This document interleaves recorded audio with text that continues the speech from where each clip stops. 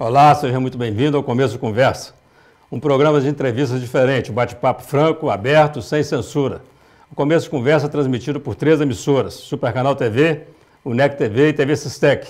Ele também pode ser visto através das redes sociais. Cada homem tem o seu chamado e não deve se recusar a ouvir aquilo que determina a sua trajetória. 12 irmãos têm suas histórias costuradas pela fé e pela educação, e cada um atendeu a vocação à sua maneira. Um deles, o nosso convidado de hoje, começou cedo. Aos 18 anos já dava aulas na zona rural de Caratinga, alfabetizou adultos na periferia de Belo Horizonte e mais tarde se envolveu ativamente na militância estudantil, lutando pela democracia do país. Hoje leva o nome de seu pai e de sua família como referência no ensino em Caratinga e outras regiões. O convidado desse programa de hoje, você saberá quem é daqui a pouco, não saia daí, nós voltamos já já.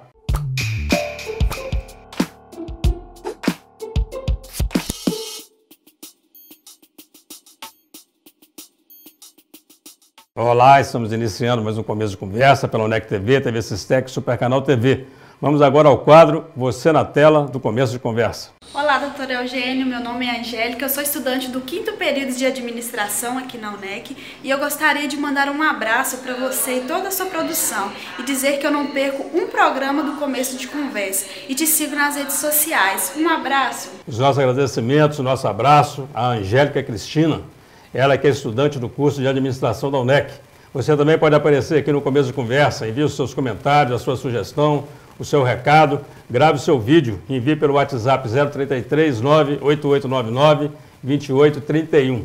Eu vou repetir o número para você, 033 98899 2831. Ele tem 5 filhos e 5 netos. É graduado em Economia, especialista em Administração pela Universidade Federal de Minas Gerais. No Começo de Conversa de hoje eu recebo Cláudio César de Azevedo de Almeida Leitão, o Cláudio Leitão. É aí, Eugênio. Grande prazer te receber aqui, rapaz. Prazer Visita meu. mais que esperada, você sabe, né?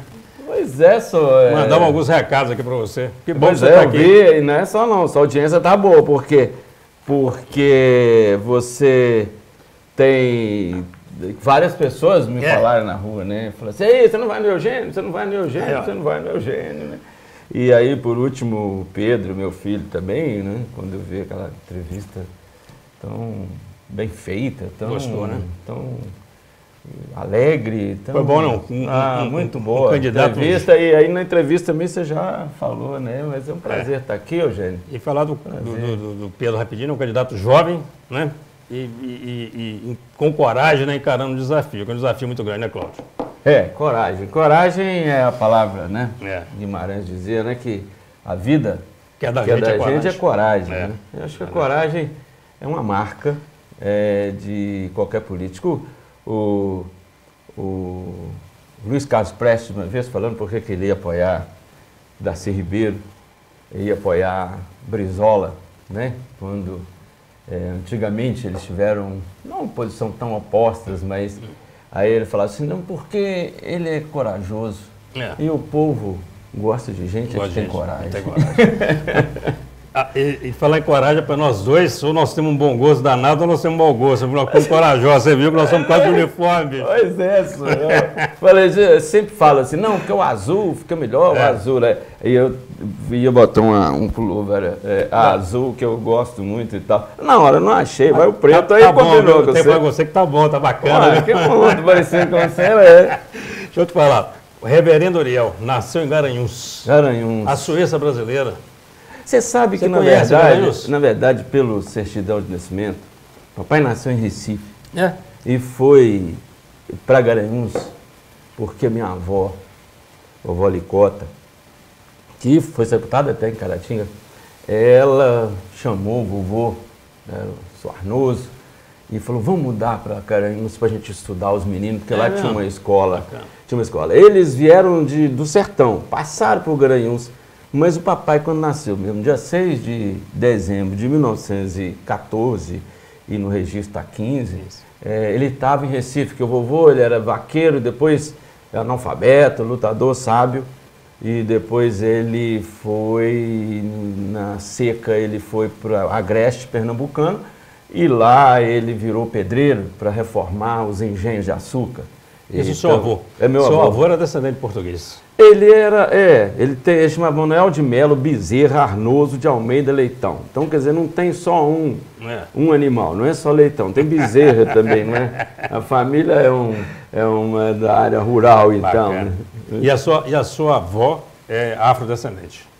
Vovó Nicota era do Quilombo dos Leites. Quilombo dos Leites fica no sertão pernambucano. E a vovó Nicota que falou, vamos para vovó Nicota, a única foto que eu tenho dela é uma foto 3x4, mas não precisa mais o olhar daquela sertaneja determinada, corajosa.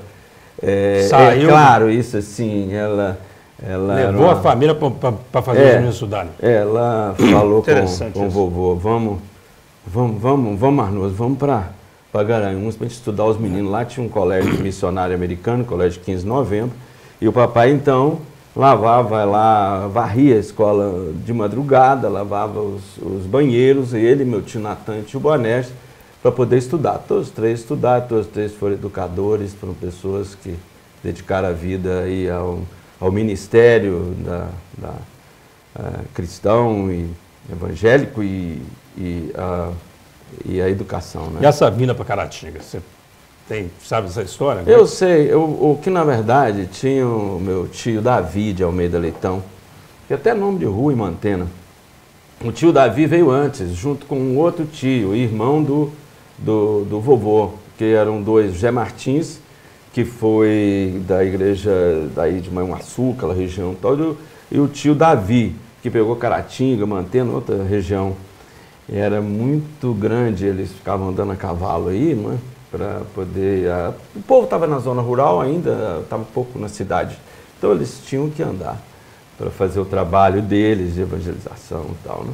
E aí, quando ele soube que tinha um sobrinho que estava com desejo de ser pastor, né? E o papai tinha isso muito claro, né? Por isso que a oração dele é assim: Senhor, 15 anos, na hora da adolescência, da dúvida, do tempo sem uma perspectiva, muita pobreza. Senhor, me deu uma oportunidade de ser pastor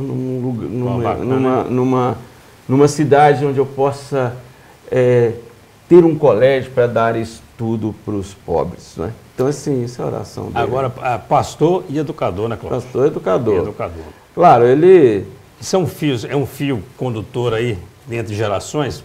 Eu acho que o compromisso com o ser humano, eu acho que a fé é uma coisa que nasce dentro das pessoas, não adianta, não é hereditária, não é? Ela nasce no coração de cada um, é uma luz, né? Fantástica, maravilhosa. Cada um lá em casa tem o seu caminho da sua fé, não é?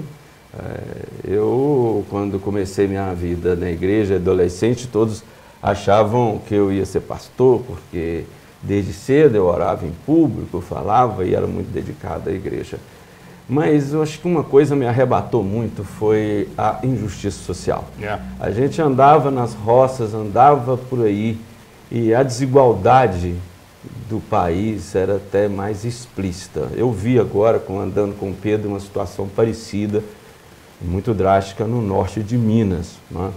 Numa comunidade de Amaralina, para lá de Almenara. E aí, assim, isso é uma coisa que brotou dentro de mim. Minha preferência é sempre ir para a casa dos colonos. Né? E eu até reclamava que eu não ficava nas fazendas, mas eu ficava na casa dos colonos, lá que eu comia, eu gostava. Era assim. Até um prato e aí essa coisa desse sentimento de fazer alguma coisa, né? Para superar, para poder levar o Brasil para uma sociedade mais justa. Isso influenciou na sua militância? Com certeza. Claro. Hoje a gente faz a leitura, né? Porque naquela época a gente não tinha muita noção. Primeiro era essa coisa de ter ali dentro, as pessoas achavam normal a pobreza, a injustiça, né? Mas quando eu fui chegando, eu achava que aquilo não era normal. Né? Eu ia para a roça, as casas eram muito ruins, as pessoas tinham muita dificuldade, trabalhavam muito.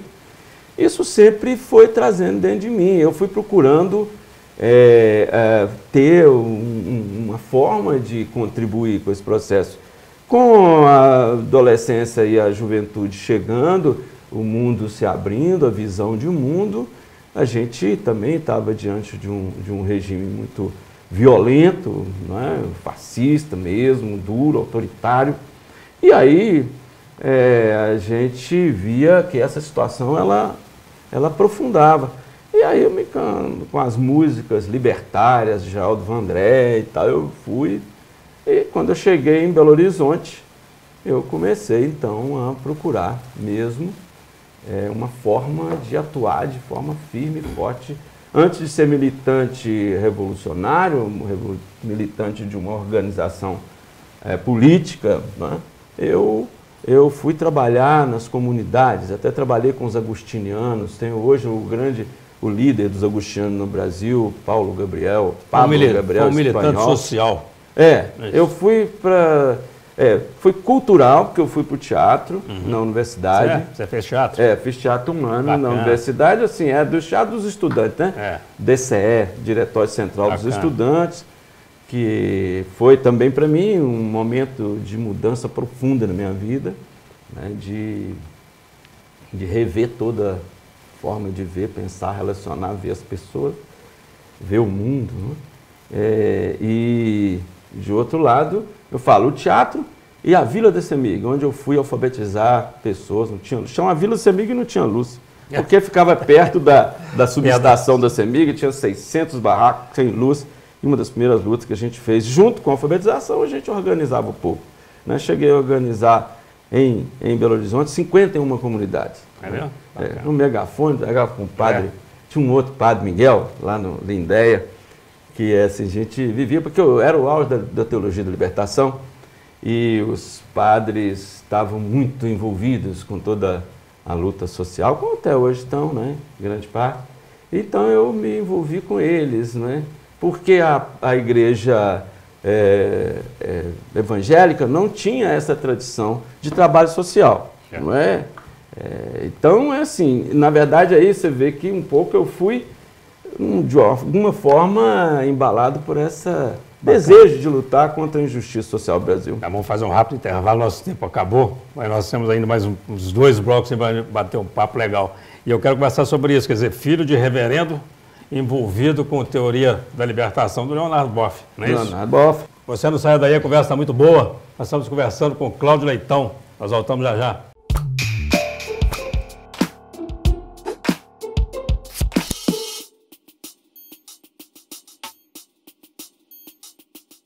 Eu converso hoje com Cláudio Leitão, presidente da Rede de Ensino Docto. Cláudio era jovem entre os anos 70 e 80, período de grande fertilidade cultural e, ao mesmo tempo, opressão por conta do contexto gerado pelo regime militar. Cláudio, eu quero falar também sobre isso, mas vou voltar no nosso final do primeiro bloco aí. Reverendo puxou sua orelha, não? Como é que é? Filho do reverendo Liel, envolvido lá com o Leonardo Boff. Claro. Ele até não, em relação a Leonardo Boff, não. O papai gostava do Leonardo Boff. O papai era um teólogo que ele era ecumênico, né? Tanto foi muito amigo aqui do bispo Correia, e tem cartas no livro dele de amizade profunda. Ele era um cristão, de uma fé que poucas vezes eu vi alguém, não? Viajava com ele dirigindo e ele falando, fazendo sozinho. Tinha maneira de falar com Deus alto, acho que ele achava que Deus estava com um problema auricular, né? Bacana, né? Porque às vezes eu estava dirigindo e falava, pai, o que foi? Estou conversando com meu Senhor. Então, aquela coisa assim de estar tudo, ele era oração, né? Então, é um homem de muita fé e nunca teve essa questão de visão, né? Ele era de um cristão, achava que as pessoas que sentem a sua fé dentro do coração, tá? Você falou, são 12 filhos. São 12 filhos, 6 homens, 6 mulheres. Uma família com 12 filhos, quer dizer, cada um se relaciona à sua maneira, né? Com pai e mãe. Sim. Você com o reverendo Uriel, como é que é essa relação? 10 anos de briga política. Porque o papai, ele, como todas as pessoas, que inclusive tinha as relações aí que ele tinha com a igreja, com a leitura que ele tinha, ele era um liberal que ficou em determinado momento achando que apoiando o regime militar em alguns momentos, né? Nunca aceitava tortura, nunca aceitava violência, nunca aceitava, mas ele ficou... porque o anticomunismo é uma coisa plantada tão forte com a lavagem cerebral que foi feita. Comia criancinha. Você falava na roça com pessoas que negócio de comunista, que eles viravam, cuspia, fazia o sinal da cruz. Quer dizer, ninguém sabia o que era. Melhor que militar. Ninguém sabia o que era, mas era. Então, de alguma forma, foi influenciado e a gente... Eu lembro quando eu vim fazer o PMDB aqui, ele falou comigo, foi na minha casa, filiando as pessoas, está escondido dele, né? E ele falava, aquela política sua que você faz no Belo Horizonte, na cidade que eu te criei, você não vai fazer não.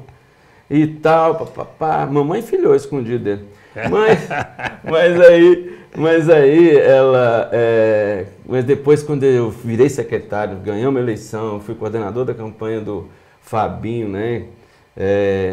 E ganhamos a eleição, viramos a política na cidade e começamos um trabalho de organização das comunidades e de trabalho voltado para os mais pobres. Na época, muitas coisas foram feitas. Um dia ele falou assim, meu filho, eu nunca fiz política em Caratinga porque eu era um líder religioso e na minha escola era aberta a todas as pessoas, não queria constranger ninguém, mas eu sempre fui um homem político, nunca fiz política eleitoral, mas se um dia eu fosse fazer, faria como você está fazendo. Bacana. Sempre faça, pensando nos que precisam. Foi bom de ouvir, né? E você falou, lembrou aí da sua mãe que ela teria se filiado ao partido? E eu queria falar um pouquinho rapidinho sobre isso, porque do lado de um grande homem tem sempre uma grande mulher, né? A figura da sua mãe. Olha, mamãe faleceu muito cedo, com 64 anos, e a gente descobriu mais da mamãe depois, não é? Porque a gente conversa com os pais da gente, com as pessoas queridas que conviveram muito com a gente durante a vida. Mamãe era uma figura que tinha uma capacidade de administração e uma inteligência prática muito grande. Detestava teoria. Mas ela vem de uma família, do vovô era um médico farmacêutico, alemão, inglês, uma mistura e tal. Um homem muito inteligente, foi político, foi prefeito até numa cidade lá em Espírito Santo. E o vovô Norberto, em 1930, ele educou, tinha 16 filhos, todas as mulheres, ele falou assim, as mulheres eu quero que faça curso superior. Os homens podem ficar negociante, comerciante, podem fazer o que quiser, mas mulheres não, porque o futuro é das mulheres e eu não quero que mulher minha fique dependendo de homem. Todas elas fizeram curso superior. Mamãe, inclusive, fez amamentando a Simone, que era a 12ª filha, não tinha ainda aqui a Fafiche, ainda não tinha aberto, tinha lá em Teoflotone. Ela foi para Teoflotone para estudar, porque tinha um compromisso do papai. Que ela foi aluna do ginásio, foi aluna do papai. Mas é uma mulher... É uma mulher maravilhosa, claro, mãe da gente, mas todos que a conheciam aí, com um grande carinho pelas pessoas simples, né? Ela gostava das pessoas. Então, bacana. Mamãe foi um bom exemplo para todos nós. Vamos voltar falar daquele período um pouquinho da repressão do regime. Qual que era a bandeira do Cláudio Leitão?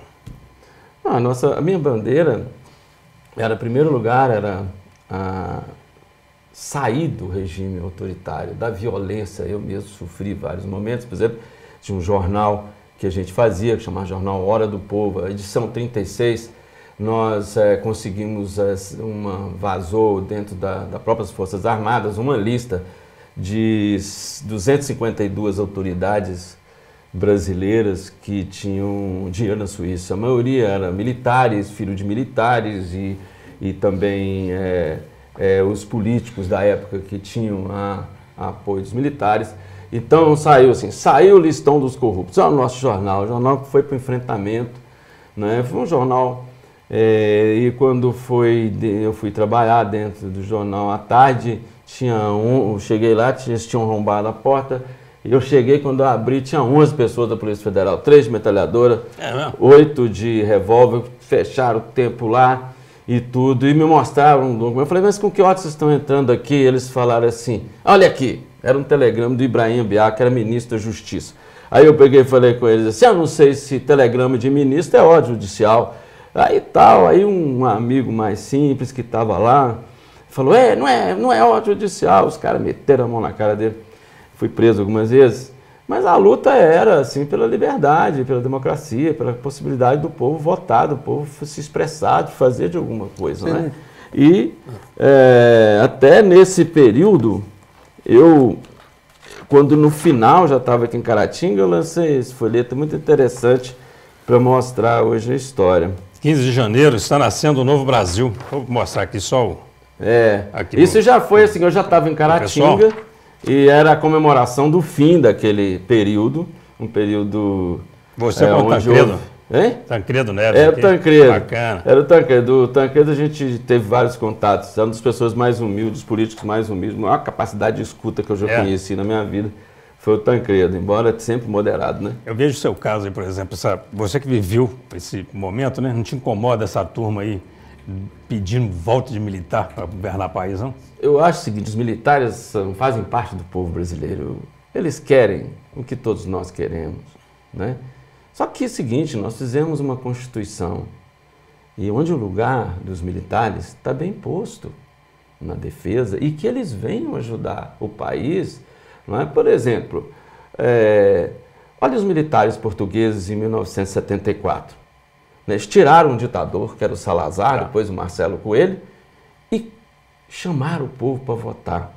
O Exército Brasileiro, as Forças Armadas Brasileiras, têm uma história de grande contribuição com esse país, mas elas erraram. E elas só vão ganhar credibilidade efetiva quando eles fizerem autocrítica. E não só eles, tem vários setores que precisam fazer autocrítica. Autocrítica do que eles fizeram desse período. Só isso que está faltando, né? Porque é o seguinte, a violência foi muito grande, nós não podemos esquecer. E se o Brasil fala isso, é o único país que, inclusive, tem pessoas que falam esse processo de tentar falar que tem que intervir na política, é o único país, porque não se fez a justiça que deveria ser feita, não é? Então, eu sempre defendi que os torturadores, aqueles que fizeram crimes hediondos contra a humanidade, nem se fosse póstumamente, eles tinham que ser condenados, para que a gente pudesse passar em branco isso aqui. Do outro lado, nós vimos economicamente a desarticulação da indústria brasileira toda depois de 67, porque, na verdade, o golpe militar foi uma articulação americana. Então, foi uma articulação dos interesses americanos, que estavam contrariados com Getúlio. Desde quando Getúlio fez Petrobras, eles não queriam. Quando fez a indústria siderúrgica, eles não queriam. A US Steel, que é a companhia americana que vendia aço para o Brasil, não queria.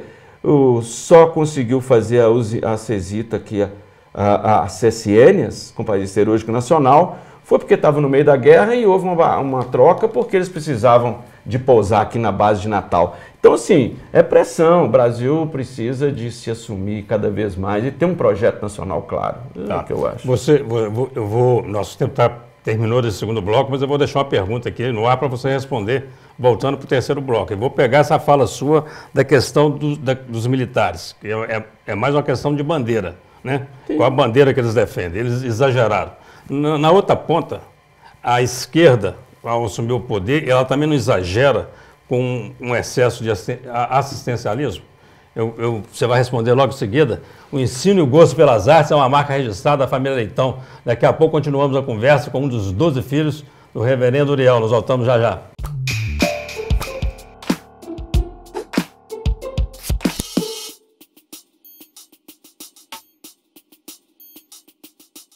Olá, estamos de volta para o terceiro e último bloco do Começo de Conversa, programa transmitido pela Supercanal TV, TV Sistec e o NEC TV.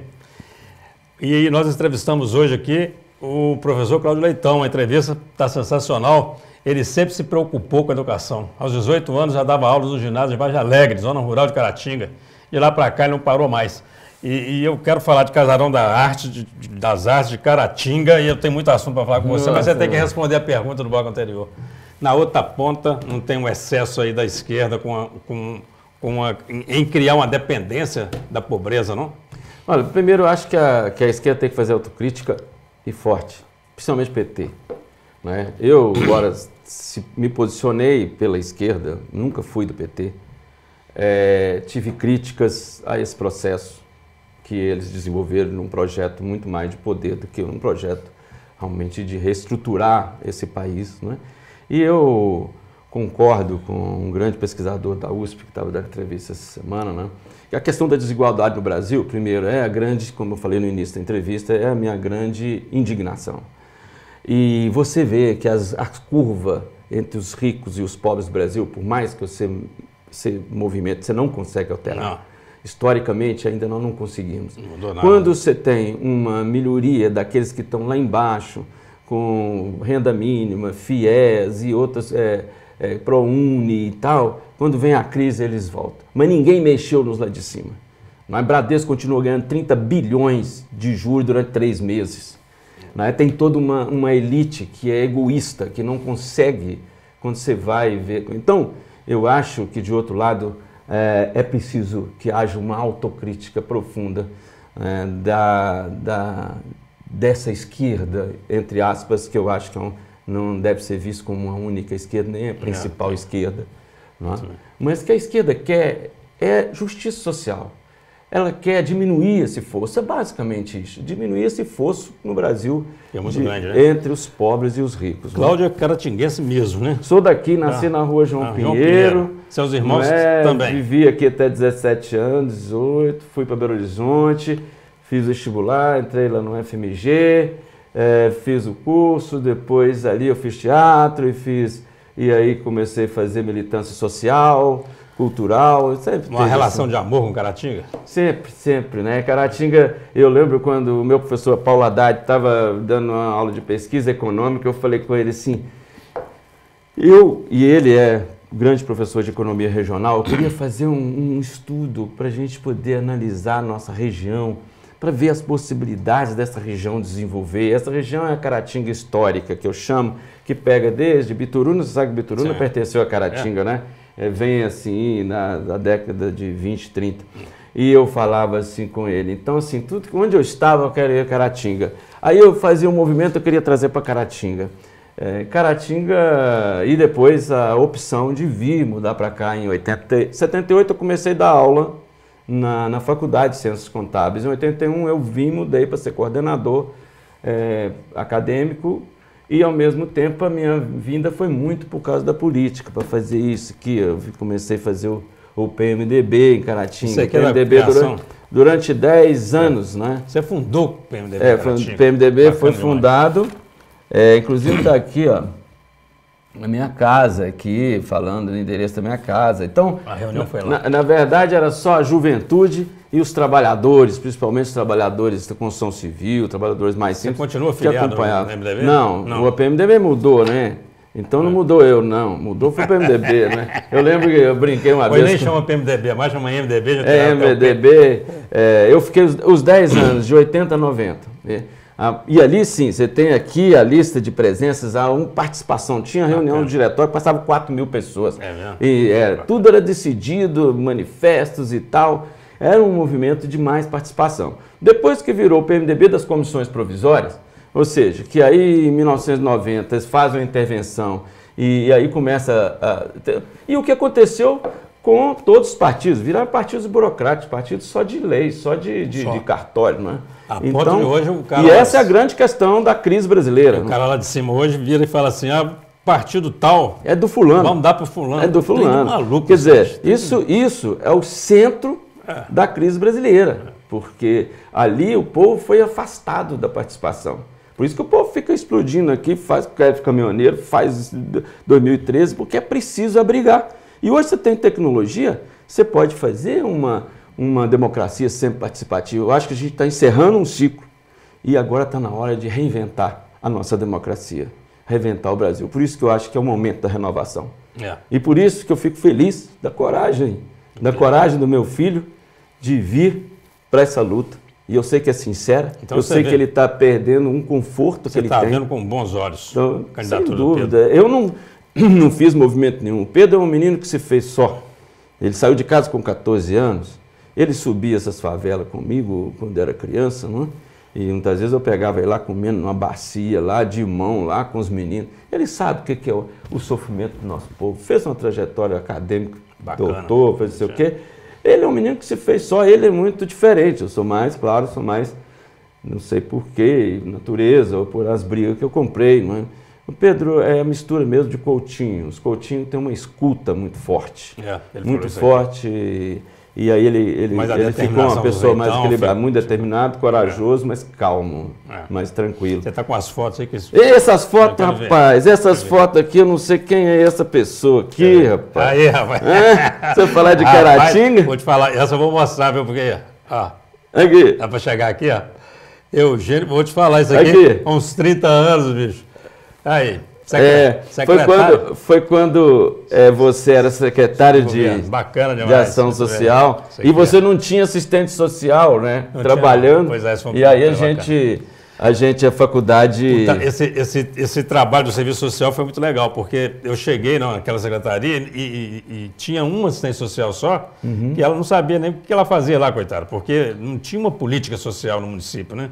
E foi através da faculdade de serviço foi uma social. Pena que durou tão pouco. Foi bacana demais. Aquele mandato já estava mais no final, né? Mas depois disso não parou mais, né? A prefeitura não ficou mais sem o serviço social, acho bacana. Foi a implantação do serviço social. Foi a quarta faculdade de Minas, né? Só tinha daqui 300 quilômetros. Posso ver as outras aqui? Pode ver, tá você, a coordenadora da época, o prefeito, a Marília. Marília hoje está... É professora da Universidade Pública Federal, está lá em Palmas. Para aproximar aqui, ó. Aqui, ó. Vou mostrar aqui aí. A professora Marília era coordenadora do Serviço Social. E eu estou do lado ali. Bacana demais. Muito bom. Bacana. O Luiz Palhares. A turma boa. Aqui é o Cláudio Leitão aqui, ó. Isso aqui, ó. Cláudio, Eugênio e Marília. Cabelo. Foi um trabalho bacana, né, Cláudio? Caratinga, a gente fez tantos movimentos. Obrigado. A gente fez tanto. Aí uma aí, se você quiser, pode guardar para você como lembrança. Beleza, eu quero sim. Pede uma aí que você goste mais. Ótimo. Eu acho muito bacana no Cláudio Leitão essa preocupação com o social, mas com a cultura. Você é um cara que gosta disso. Né? Assim, você fazer aquele casarão das artes, entregar isso para a comunidade é uma coisa bacana. Como é que surgiu essa ideia? Aquele prédio era da família? Não, aquele prédio era da Dr. Genô, o Zeca morava lá, a família vendeu, mas faltava uma assinatura e eles iam derrubar para fazer um prédio ali, quadrado, certamente, grande, quadrado. Cheio de janela. E aí, essa pessoa, que é até uma escritora, Sãozinha, filha do Dr. Genô, me ligou e a gente já tinha um sonho muito antigo. E aí ela falou comigo que não tinha assinado, se eu não interessava. Falou, eu não estava sabendo que já tinha. Eu falei assim, interesso. Pelo mesmo valor que você está fazendo, me interessa e tal. Aí ela falou assim, mas o que você vai fazer? Claro que eu vou restaurar. Aí ela ficou muito feliz. E aí a gente comprou. Primeira coisa foi a estruturação, porque ele estava caindo mesmo. Então foi feita a estrutura dele, reforçada toda, o telhado, a base dele e tudo. E depois a gente ficou, fizemos um tombamento e ficamos esperando a oportunidade de fazer. Como não houve nenhuma possibilidade de fazer parceria pública e tal, então eles falaram, não, faz um projeto, faz isso, faz aquilo. Mas não deu nada certo para o poder público. Então ali é recurso único, exclusivamente da instituição. E eu fico muito feliz porque ali superou tudo que a gente imaginava. É um espaço muito bacana. O povo entrou e faz acontecer a arte, a cultura lá mesmo. Nosso tempo está estouradíssimo, mas eu não posso também terminar sem falar da Docton TV. E que ideia? A ideia sua de ter uma televisão? Foi do Pedro. Do Pedro? Do Pedro. A Docton TV foi uma ideia do Pedro. O Pedro fez comunicação, né? O Pedro, então ele fez muito isso. E aí ele chegou com essa ideia para mim e eu gostei muito. Foi uma pena que a gente já tinha a demanda pelo curso de jornalismo já estava minguando, porque era bom que fosse antes. Que é uma laboratória, né? Porque a nossa faculdade foi a primeira dessa região toda aqui, até de Valadares, de Patinga, a primeira faculdade de comunicação. Mas foi ideia do Pedro. O Pedro tem uma contribuição enorme na área acadêmica, na área de ensino. Ele tem a paciência revolucionária que eu falo, é a paciência daqueles que constroem o novo, né? Que consegue, porque às vezes é muito difícil. O novo não vem dessa forma, às vezes, com violência, coisa, né? Mas então... Pode ser construído com a calma, ele é um cara tranquilo mesmo. Ele é mais tranquilo, fico muito feliz. Foi ideia dele. Bacana. O Cláudio Leitão, quase que eu te chamei de Pedro Leitão, não teria problema nenhum, né? Inclusive o Pedro tem no nome Cláudio Leitão, porque na hora de registrar lá em Vargem Alegre, nós ficamos brincando, eu mais a mãe dele, né? E aí, Pedro Cláudio. Coutinho Leitão. Aí ela falou, não, Pedro. Aí ela brincou, Cláudio. Aí eu fiquei rindo, e o cara acreditou nela e botou Pedro Cláudio Coutinho Leitão. Que ninguém conhece esse Cláudio que tem no nome dele. Pedro Leitão, Pedro Coutinho Leitão. Nós encerramos a nossa conversa aqui, a gente precisaria de outros blocos, infelizmente não temos. Você vai se dirigir para essa câmera aqui, por favor.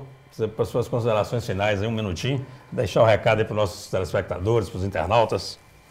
Pois é, eu queria primeiro agradecer você, agradecer a FUNEC, a toda essa abertura para que a gente pudesse estar aqui, não é? Agradeço muito. E queria dizer que tudo isso que faz parte da história tem um sonho, e esse sonho vem na direção de ter uma sociedade melhor, uma sociedade mais justa, uma sociedade menos desigual, menos injusta, e uma Caratinga que possa representar tudo isso, né? Então é a nossa paixão inicial, e eu queria assim já dizer que é possível inventar uma nova cidade, é possível um novo surgir, é possível renovar. E esse é o desejo que eu tenho nesses 170 anos da nossa cidade. E um abraço a todos os educadores, professores, um abraço a toda a comunidade da nossa cidade. E mais uma vez, parabéns, Eugênio, bacana, pela sua trajetória aí como escritor, educador, mais recentemente. E agora como comunicador, né? Obrigado, bacana, chefe. Obrigado, bom demais, viu? Obrigado. Muito bacana. E você que nos acompanhou, muito obrigado pela atenção, pela audiência. E até o nosso próximo encontro, se Deus quiser.